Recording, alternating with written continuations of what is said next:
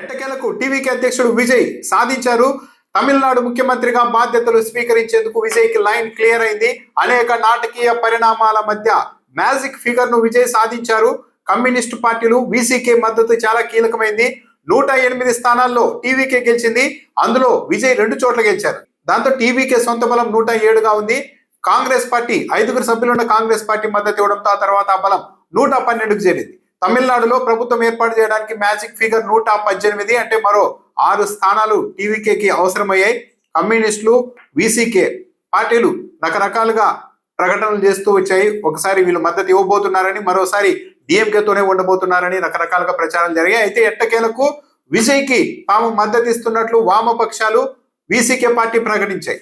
ఇక్కడ CPI 2, CPM 2 స్థానాల్లో, VCK 2 స్థానాల్లో పోటీ చేశాయి. అంటే 3 పార్టీలకు కలిసి 6 ఎమ్మెల్యే స్థానాలు ఉన్నాయి. ఈ 3 పార్టీలు మద్దతు ఇవ్వడంతో 112 + 6 118, అంటే మ్యాజిక్ ఫిగర్ కరెక్ట్ గా 118కి విజయ్ చేరుకున్నారు. ఈరోజు సాయంత్రం ఆ పార్టీల మద్దతు లేఖలతో గవర్నర్ ని కలవబోతున్నారు. గవర్నర్ ఇప్పటికే చాలా క్లియర్ గా చెప్పారు, 118 మంది సభ్యుల బలంతో రండి, ఏ పార్టీలు మద్దతు ఇస్తున్నాయో ఆ పార్టీలకు సంబంధించిన మద్దతు లేఖలతో వస్తే తప్పనిసరిగా ప్రమాణ స్వీకారానికి అనుమతిస్తాను అని ఇదివరకే గవర్నర్ ప్రకటించారు. సో ఈ రోజు వామపక్షాలు, వీసీకే మద్దతు ప్రకటించిన నేపథ్యంలో వారి మద్దతు లేఖలతో గవర్నర్ ని విజయ్ కలవబోతున్నారు. సో ప్రమాణ స్వీకారానికి అయితే లైన్ క్లియర్ అయింది. అనేక నాటకీయ పరిణామాల మధ్య ఎట్టకేలకు విజయ్ తమిళనాడు సీఎం గా ప్రమాణ స్వీకారం చేయబోతున్నారు. అది ఎప్పుడు అన్నది ఆ పార్టీ ప్రకటించే అవకాశం ఉంది. ఒక దశలో వీసీకే పార్టీ మద్దతు కోరుతూ విజయ్ పార్టీ వాట్సాప్ లో లేఖ పంపింది.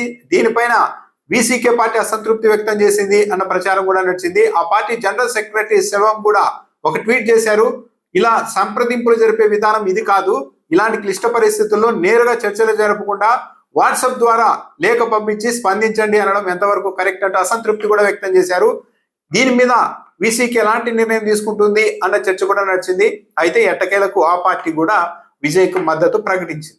దీంతో తదుపరి ముఖ్యమంత్రిగా విజయ్ బాధ్యతలు స్వీకరించేందుకు లైన్ క్లియర్ అయింది. అయితే తొలుత మద్దతు ఇచ్చేందుకు విముఖత చూపిన పార్టీలు ఇప్పుడు మళ్ళీ మద్దతు ఇచ్చాయి. అంటే వీరికి విజయ్ పార్టీ ఏ హామీలు ఇచ్చింది అన్న దానిపైన కూడా చర్చ నడుస్తోంది. దాని మీద ఇంకా క్లారిటీ లేదు.